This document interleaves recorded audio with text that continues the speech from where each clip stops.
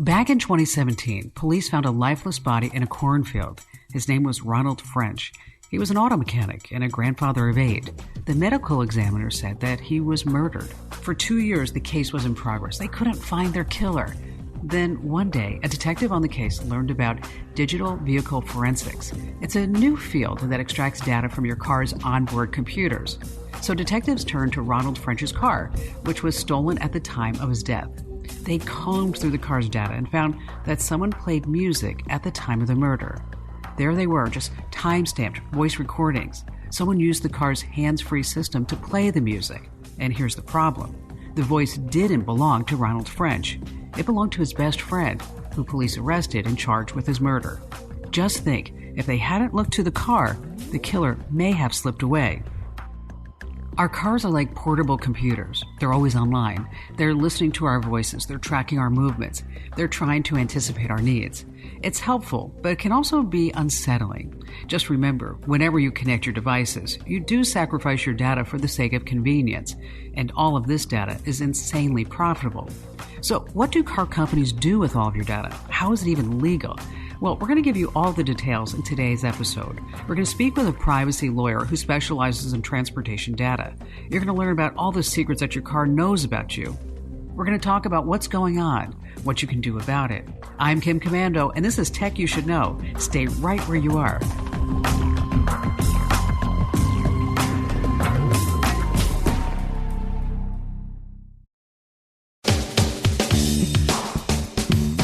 It's probably something that you don't think about. How much of your privacy do you sign away when you purchase a car? Well, we're going to get to the bottom of that. And I'm not alone. I'm happy to welcome Chelsey Colbert to this podcast. She works with the Future of Privacy Forum. She's a lawyer who leads their mobility and location data portfolio. Now, Chelsey, you picked 2 fascinating topics to focus on. Why did you choose to focus on mobility and private data? What's the big deal about it? Good question. So I went to law school very interested in technology, law, and policy. I think I was maybe a product of the early internet Napster days when I was growing up. Napster, oh my gosh, I haven't heard that for a while. That name certainly brings back memories. But you may not know about it if you were born in the year 2000. So let me give you a refresher. Napster was a file-sharing program that came into the scene in 1999. You could use it to find literally any song you ever wanted to listen to. So instead of driving down to the store to grab a CD, you could stream the music at just the snap of a finger. Basically, Napster let people access music files stored on other folks' hard drives. Now, you may not think that people would want to share their hard drive files with strangers, but music is a great way to bring people together. Napster truly was the first of its kind. It changed the music industry forever. It really was fascinating to see in real time, just over a few months, how the music scene changed. The best part, 2 university students created this program in their dorm room. That's right, no fancy backstory here. Just 2 guys who loved music they wanted to share with others. Well, as you can imagine, they just violated everybody's copyrights at the same time, and the recording industry wasn't very happy about it. Just months after Napster's rise, record companies took it to court. They had to. That sparked a long legal battle to stop Napster. Check out this clip from the New York Times. Napster hijacked our music without asking. A chorus of studies show that Napster users buy more records as a result of using Napster. Hank Barry, a lawyer, came on to act as CEO as the fight intensified. We were trying to negotiate with the labels. We were trying to fight the court case, and we were trying to keep the system working all at the same time. We had a limited amount of time to make that happen, and we just didn't get that done within the period of time that we had. The free music service run by Napster was ordered to stop the music. So, Chelsey, I heard that you had a front row seat to this court case. Tell me more about it. So just having that experience of growing up on a small island on the east coast of Canada and having the internet really open up the whole world to me, and having Napster, and then the experience of getting copyright notices from certain people's lawyers about using Napster. And, I was young and I really had no idea what all of that meant. So it wasn't just a front row seat. You were involved.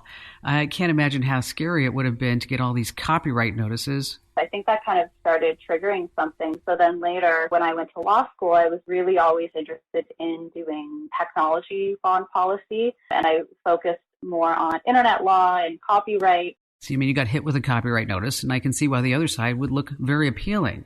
But then I had a really influential professor, Ian Kerr, who really sparked my interest and my passion for AI and robotics.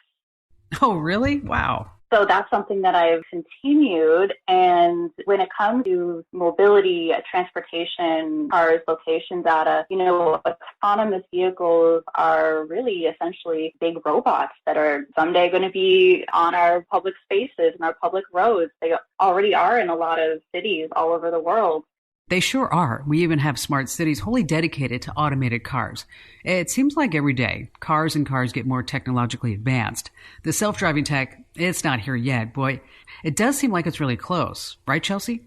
The reason why I'm so interested in mobility is really a human right, our right to be able to safely, efficiently, and affordably travel around different spaces in our cities, our towns, our suburbs, wherever we live, and how much transportation policy really factors into the everyday lives of people. I find that so fascinating.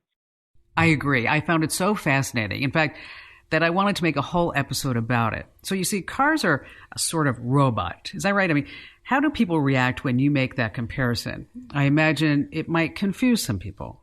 So I can kind of see there would be some confusion there, but cars now, you can have a car that's very low connectivity to more on the spectrum of high connectivity. There are some cars with little to no automation. There are cars that are like level 2, level 3 automation. So there's a whole spectrum now. So I could see how that's confusing, but I do see really where industry wants to go, where people are dreaming of having truly automated vehicles, that really these are just big giant robots that are going to be in our public spaces. I can't stop thinking about Transformers when you said that. Those giant toy cars that transformed into humanoid monsters. Ian loved them when he was a kid. So now if you're wondering what Chelsey means by the spectrum, let me break it down. Basically, there are 6 levels that classify a car's self-driving capabilities. For example, 0 means your car has no automation. Imagine a gorgeous classic car, like a 1967 Chevy Corvette. Then, level 1 means that your car can kind of almost sort of drive itself, but it's going to need a lot of driver assistance. For example, you can't take your cars off the road when you're driving this car. The spectrum goes all the way to level 5, full automation. And here's more from Tech Quickie. Of course, though, the holy grail of truly hands-off driving is level 5. A car that is always in complete control of itself with 0 intervention from the driver ever necessary or even possible. Many level 5 concept cars don't even have steering wheels. A level 5 car should be able to handle any condition that a human would, and theoretically, with more safety and precision. Although companies like Nvidia, Audi, and VW are currently working on level 5 cars and the AI technology needed to power them, it isn't clear when they'll become a reality. Now, if you were drawn to both robotics and transportation, can you go into more detail about how these two topics really intersect, Chelsey? Robots really combine our digital worlds with our physical world. And I find that so interesting that our built environments will someday soon, are already trending in that direction, to be built for robots, whether it's vehicles or delivery robots or drone delivery. I wonder how many people are just like, whoa, I had never thought about that. It's a really interesting perspective, isn't it? And it's good to keep in mind. Automation is becoming the new norm. It's shaping everything around us. I think that it's really important to have an eye on those trends, because I really believe that our public spaces, our built environments should be human first. Absolutely. If you don't keep an eye on the trends, you won't see the world changing beneath your feet. Ooh, that's pretty deep. There's always something new. Every day, every week, there's some new development in this space, and it's really fun and challenging to track it all. And that's why I'm so happy that you're here with us today. You know, just what's going on in the world of privacy, mobility. That's what we're exploring. We don't often hear about all the ways that our phones are tracking us, but every time we drive, our car collects data on us. So where does all that data go exactly? So it depends on the type of car, how new it is, whether you have connected your phone to the car and agreed to share the car data with third parties. But some of the places where the data could end up is the automaker, the dealership, repair shops if you choose to share it with them, insurance companies. I'm sure that's going to impact insurance rates. Your information also goes to mapping companies, right? Mapping companies, third-party apps you've connected to your car, which is really up to the consumer's choice. Could also be with law enforcement if there's a valid request, and marketing or advertising companies. So bottom line, your data has a ton of different destinations. So while none of us have been able to travel in 2020, really, your private data is jetting off to all kinds of different places. Now, speaking of travel, don't leave me now. We're going to be talking about criminal cases where cars were crucial. You'll learn why this is legal and what you can do to stop your car from tracking you. We're also going to go over whether or not you're at risk. And here's a hint. It depends what type of car you drive. So stay tuned and don't move. We have some really shocking stuff coming your way. Your happily ever after is waiting for you in the Chrysler Pacifica and Pacifica Plug-in Hybrid. With available all-wheel drive, Pacifica helps handle adverse conditions like magic. And with a plug-in hybrid, it can help your range anxiety disappear. Make your drive even more enchanted in the Chrysler Pacifica and watch Disney's Disenchanted streaming November 18th, only on Disney+, rated PG. Disney Plus subscription required. Must be 18 plus to subscribe. EPA estimated 520-mile total range with a fully charged battery. Actual mileage may vary.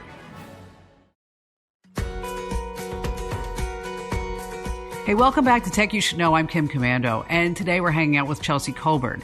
So, Chelsey, we were just talking about all the ways that cars collect our data, and of course, that depends on the type of car that you're driving, right?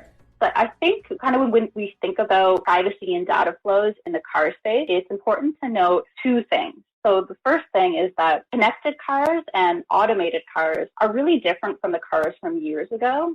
Absolutely. Cars have changed so much since I was a kid. Oh my gosh, my first car was a Pontiac Sunbird. Oh, hated that car. Hated it. And things are changing really quickly. Many people today still drive cars that you have to use a cord to connect your phone to your car to play music. Other people have cars with more basic connectivity, like when you have your cell phone and you connect it to your car through Bluetooth. And then newer cars and more futuristic cars will have many more connectivity options. Those options are so convenient, but whenever you connect a device to your car, it's another way for companies to sneak in and mine your data. Now, your risk depends on the type of car that you use, or, as you would say, where the car lands on the spectrum, right? So that spectrum is really important to keep in mind. And cars collecting data isn't really something new. This has been something that has been going on for a few decades. Chelsey, why don't you give us an example?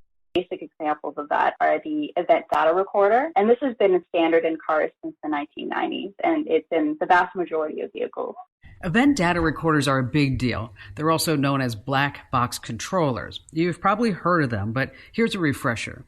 An EDR is an electronic control system installed into your car's airbag computer system. Its purpose is to know when you're in a crash, so it can throw up an airbag to protect you, right? Well, to do that, the EDR has to gather tons of information from the sensors around your car. For example, it looks at the vehicle speed, the brake status, and so on. It pieces all this data together to know exactly when you've crashed. The EDRs know how fast you were driving at the time of the crash, whether or not you braked, and how you were steering the wheel. It even knows if you were buckled in or if someone else was in the car with you. They're in the vast majority of cars. In fact, I'm willing to bet you've got a black box in your car. So drive safely, because if you do get into a crash, police officers can dig through your data, and they may find things that you'd rather have them not know. There's a lot of detail, and sometimes they can determine a driver's reaction time. Some boxes even show if a turn signal was on. And officers say the information holds up in court. We've actually had the instances where we use the CDR data to actually prove someone innocent, even after witness statements stated that they were the ones at fault. In one case, data showed a witness was wrong, and a group of teenagers indeed had a green light when a car hit them. Boxes can even show the speed of the other car in a collision. Sometimes specifics like that can provide closure. Your loved one was not at fault, and your loved one was not in the wrong. It helps heal up that wound that may have been started by rumors associated on social media. That clip was from a local news station in West Virginia. It's WSLS 10. Now, as a side note, officers need a warrant to look through the black box, but they don't need a warrant to seize it. Kind of crazy, huh? These black boxes have been around since the 70s, but as Chelsey said, they become ubiquitous in the 1990s. As car manufacturers use more sophisticated tech than ever before, these boxes are collecting even more types of data. For example, they're now collecting your geolocation information. So, Chelsey, we talked about EDRs. Can you tell us about other ways that our car collects our data? Another really basic collection technology in cars is the onboard diagnostic port. And this has been standard since 1996, and all cars are legally required to have this. Let's dig a little deeper into the purpose. It's for similar purposes. It's so that people can gain access to vehicle data, and it enables information like measuring emissions, helping mechanics or dealerships diagnose performance issues or repair your vehicle. Now, how do people gain access to this data? People can also choose to plug in a third-party device into this onboard diagnostic port in the vehicle, and they can choose to share that information with third parties like insurance, mechanics. So that's the first thing. And what is the second big takeaway? The second major thing is that when we think about the car data vehicle space, it's really an ecosystem. The car doesn't stand alone by itself. So you have manufacturers, third parties like your insurance company, car technology companies, as well as smart infrastructure that is going to be increasingly present in our built environment. And that includes things like smart lights. Smart lights are so interesting to think about. You buy a pack of LED lights, you download an app to your phone, you set up the lights throughout your car, and bam, you can shoot multicolored lights all around your car. Now, just to imagine zooming through the city at night. You can drive under cool blue lights or bold red shadows. Set the lights to golden yellow, and it'll look like you're driving in the daylight. Now, of course, if you want to change the colors, you have to pull over. But smart lights are a really good example of customizing our cars. Now, there's so much tech out there to spruce up your car. Now, not to pop anyone's balloon, but I've got to hammer in the security threats. Remember, when you connect an app to your phone, you're giving away some of your personal data. Then again, maybe that coolness is worth it to you for giving away a little bit of information. It does sound magical. Now, some apps let you limit your data sharing. You just have to go into the app settings. But the bottom line is make sure that you don't get swept away by some cool new feature or gadget. Read the fine print and see what you're signing off on. Speaking of data mining, I want to ask you about driver profiles. Big tech companies like Google and Apple and Amazon, they have detailed consumer profiles on every one of us. They follow us from site to site. They nestle cookies in our browsers, and they target us with personalized ads. I'm sure that car companies are doing something similar, right, Chelsey? Yeah, so that's a really good question. And the data is definitely collected about the car. This could be linked to the particular driver, but it isn't necessarily so. This would be for car health maintenance, making predictions about repair and maintenance of the vehicle. And as well, if you're using a third-party service with the car, that could be building a profile about you, but that isn't necessarily under the control of the automaker. So again, keep in mind the spectrum and the ecosystem of what's going on. It's not just the manufacturer creating a profile on us. It's also insurance companies and other groups. And we know, as in other circumstances, that customization and personalization are really important value adds for many companies, and cars are really no exception. How about a few examples? So we're starting to see it be more and more common that cars are allowing drivers to create profiles about them so they can save settings like the music that they want, whether they want the heated seats on, the temperature control, the seat position. So all these customizations you choose creates a profile. These profiles can be linked to either the keys that you're using. Some cars allow drivers to set up biometric identifiers, so you can pop in and get it to scan your face so it recognizes you, or use a fingerprint or a code. We're talking about biometrics, and if it's new to you, here's a quick lesson. Biometrics is a fancy term for using your body to identify yourself and get access to a device. If you use Touch ID to turn on your phone, you get the gist. Your phone uses your unique fingerprint to give you access. Super advanced cars can work in a similar fashion. So for this, typically these types of profiles, the driver is aware of it and has consented to that use. That consent is so important. You probably look at the privacy settings on your new phone. You should do the same on your new car too. Otherwise, you might be giving up some of your data and not even knowing it. There's also ways for drivers to set up cloud-based driver profiles, which is the same thing, except that this service can go from car to car as you do. Using the cloud lets you save your personal vehicle settings. That means even if you drive abroad and you rent a car, you can enjoy the same experience you have in your car back home. Well, as long as you're using the same make and model. With the press of a button, you can transfer your preferred settings into the new car. Well, what does this mean?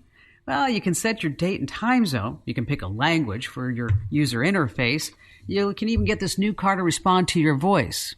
And if you want to set your preferred temperature, not a problem.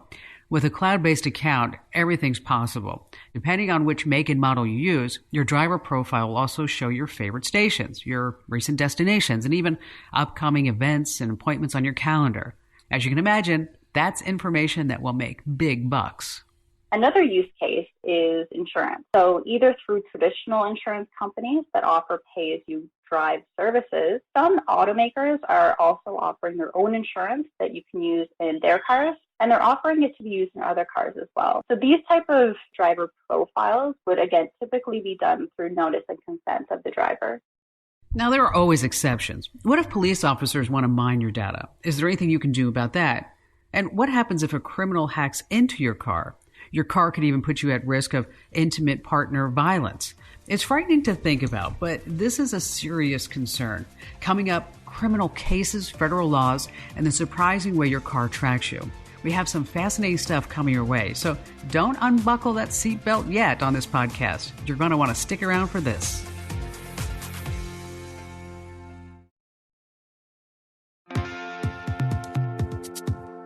I'm Kim Commando, and this is Tech You Should Know. We're talking about self-driving cars and privacy and technology. The digital frontier is an incredible place, but it's kind of like the jungle at times, full of these strange forms of life that buzz and hum and just fly around. You prowl through the bushes and you'll spot amazing resources. That's especially true when you look at cars. Onboard computers store data that can reconstruct a crime. Detectives can learn if a driver made a phone call or if they were plugged into their infotainment system. Basically, your car is a treasure trove for law enforcement. WikiLeaks revealed documents that suggest the CIA is interested in remotely taking over cars. I'm not sure if it's true, but it begs the question, is your car vulnerable to criminals, cyber criminals? The answer, absolutely yes. 2 hackers went on Today News to show how easy it is to break into a car. Here, listen to this. As this SUV drives down the highway, these 2 hackers are pulling off the unthinkable. No matter what happens, don't panic. Taking control of it wirelessly, even turning the wheel. Other hackers opening car doors with ease, using this little gadget. Now, WikiLeaks claims the government was working on hacking cars too. The CIA was looking at infecting the vehicle control system used by modern cars and trucks. The purpose of such control is not specified.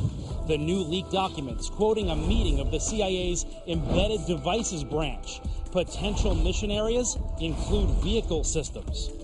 But hackers have already done it. Wired magazine first exposing the danger in 2015. That video is frightening. Remote hackers completely took over the car. They manipulated speed. They blasted the radio and they turned up the volume. They even activated windshield wipers so the driver couldn't see. This news demonstration really hammers home how weak our cars are. Think about it this way. Smartphones have tons of security built in. You can download a VPN or hide your data through a private mobile hotspot. Now, compared to your phone, your car has a really weak security system. But of course, smartphones and cars are completely different. Not only is their technology unique, but they also collect completely separate types of data. And even though it's not entirely accurate to compare the two, it helps to give you a point of reference, doesn't it? It's a really useful comparison because it's what we know. Smartphones are just such integral pieces of technology in our lives. We use both our phones and our cars every single day, but somehow phones have a lot more layers of protection than our cars do. Remember what Chelsey was saying earlier about biometric identifiers? Well, some cars use those security tools. Most vehicles don't offer these features. I mean, do you unlock your car with a passcode or a fingerprint? Maybe, but I'm willing to bet probably not. It all goes back to the type of car that you choose. You make a trade-off when you drop money on a car that can connect to the internet. With all these awesome features comes, well, vulnerability. Sure, manufacturers always say driver safety is their top concern, but we're still seeing hackers break into cars. Chelsey, I want to shift gears just a little bit. I want to talk to you about the trade-off. When you sign up for an advanced car that offers all of these fantastic features like heated seats and connections to the cloud, how much privacy are we really giving up? Yeah, that's an interesting question. So it really depends on, I guess, what you mean by giving away your privacy. It really is about that trade-off, and that's how I see it as well, is what are the benefits that I'm getting from this service?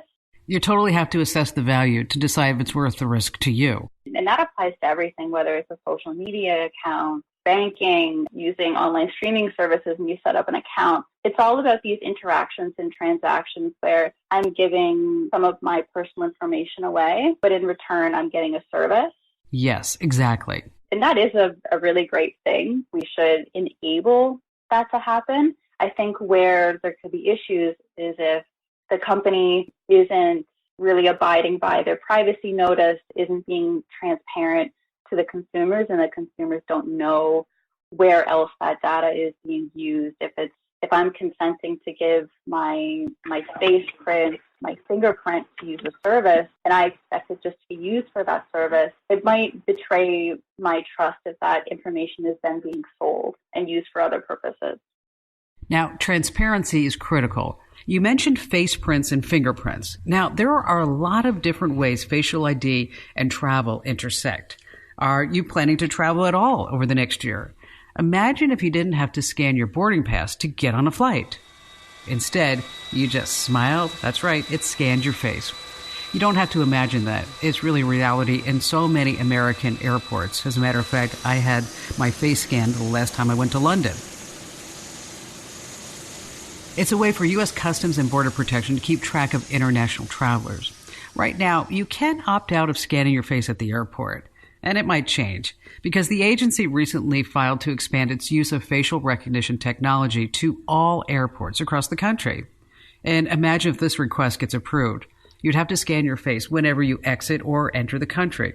The U.S. Customs and Border Protection would keep your face print for a long time. If you're a citizen, they keep this digital map of your face for about 15 years. If you're an undocumented resident, they'll keep it for 75 years. Pretty wild. And here's where the privacy concerns come in. If the CBP collected face prints from every port in the country, that would make it a constant surveillance system, and it would make it even easier. Plus, they might even share your face with foreign governments. So let me make it clear. A face print is a lot more than just a simple picture of your face. It's a detailed map. It knows every plane, every curve, from your nose to your cheeks to your chin. It's a mathematical representation of your appearance. It even adapts to changes in your appearance. If you wear makeup or you grow facial hair, it can still recognize you. But on the bright side, if you do use it on your car, it can be incredibly convenient. Check out this clip from one man who hacked his Tesla to add a Face ID feature. All right, so I'm here. I don't have my key fob on me, my key card, the phone, none of that stuff. The car is locked, as you can see. And as I walk up to it and point my face at it, Face ID for your Tesla. So, Chelsey, here's the takeaway as I understand it. All these features in a car are amazing. But the company needs to make sure that it's not just giving away, say, your face print or other private information. Or if it does, it at least needs to tell us, because that's the only way for a driver to feel safe. Like, can they really trust their car's manufacturer with their data? Yeah, so in terms of thinking about if I sign up for the service, am I giving away my privacy? It depends on, I guess, what you consider giving away your privacy. I think this transactional nature of I'm signing up for a service and I'm agreeing to give you personal information A, B, C, D, but in return, these are the benefits that I get, and that is a great thing. And I think where issues could arise is if that information is being used for secondary purposes that the consumer doesn't know about and hasn't consented to. Once again, it's the cost, right? Give away your information for the cost of the service. So it would be really important for consumers to take it upon themselves to want to educate themselves and want to be in control of their data, but also for industry, for companies to be transparent about how they're using the data and really abiding by the promises and commitments that they're making. And while you're doing that research, you might want to look up some laws too. There was so much for me to cover in this podcast, so we're actually going to do a part 2. We're going to dive into the world of legality, what regulations protect your car's data, and as cars grow more and more advanced by the day, how will we stay safe in the future? What about the laws? Will they ever catch up? It's a really complex issue, so that's why we had to split into 2 episodes. So in part 2 of this Tech You Should Know podcast, we're going to talk about how to protect your data, why data mining is legal, and why your information is so incredibly valuable. We're also going to cover some criminal cases. For example, cars can play a big role in intimate partner violence. And what can people do to defend themselves? We're also going to talk about the surprising way manufacturers are holding each other accountable. So there's a lot that we need to cover in this next installment of this podcast. But before we go, I wanted to leave you with some numbers. I always feel like looking at stats helps me get a better idea of an issue scope. Now, according to Statista.com, there are over 1 billion cars in use around the world. Okay, 1 billion. In 2019, people purchased around 28 million connected cars. It's a big deal. Even if your car isn't cutting edge, I'm willing to bet it has a ton of data that could earn some good money for a dedicated hacker. Luckily, in part 2 of this podcast, I'm going to give you all kinds of tips, especially if you're thinking about selling your car. I'm going to give you 5 ways to clear out your personal information from your car before you sell it. And you can even find more tricks over on our website at komando.com. And if you ever have a specific question, I'd love to have you on my show. Or you could join the Komando community. For the price of a Grande Starbucks White Mocha, you get unlimited access to my forums, my show, and all the other podcasts. It's a whole host of incredible information. And here's the deal. There are no ads and there is no tracking going on over inside the Komando community. You can check it out for 30 days free. Sign up now while you're thinking about it. Stop ghosting me. All right, just go. Go to getkim.com and sign up. And thanks to my producer, Mike James, for all his amazing work. And thanks to Chelsey Colbert for taking the time to speak with us. And always thank you to Serena O'Sullivan for her work behind the scenes. I'm Kim Komando, and if you enjoyed this podcast, do me a huge favor, okay? Give us a great 5-star review wherever you get your podcasts. And remember to subscribe to our podcast, so this way you get them automatically delivered even when you're sleeping.